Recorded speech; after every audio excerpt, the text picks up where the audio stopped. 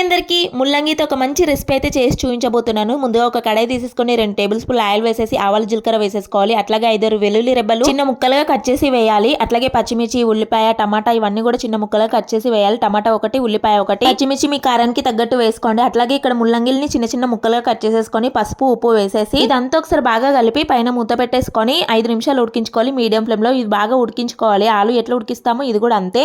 ఇందులో మనం already salt వేసాం కాబట్టి కారం, ధనియాల పొడి, ఆమ్చూర్ పౌడర్, గరం మసాలా ఇవన్నీ వేసి మరోసారి అంతా కలపాలి. ఇప్పుడు పైనుంచి మనము కట్ చేసి పెట్టుకున్న ముల్లంగి ఆకుల్ని వేసి అంత ఒకసారి కలిపి పైనుంచి మూత పెట్టేసుకుని ఒక 5 నిమిషాలు ఈ విధంగా ఫ్రై చేసేసుకుంటే సరిపోతుంది.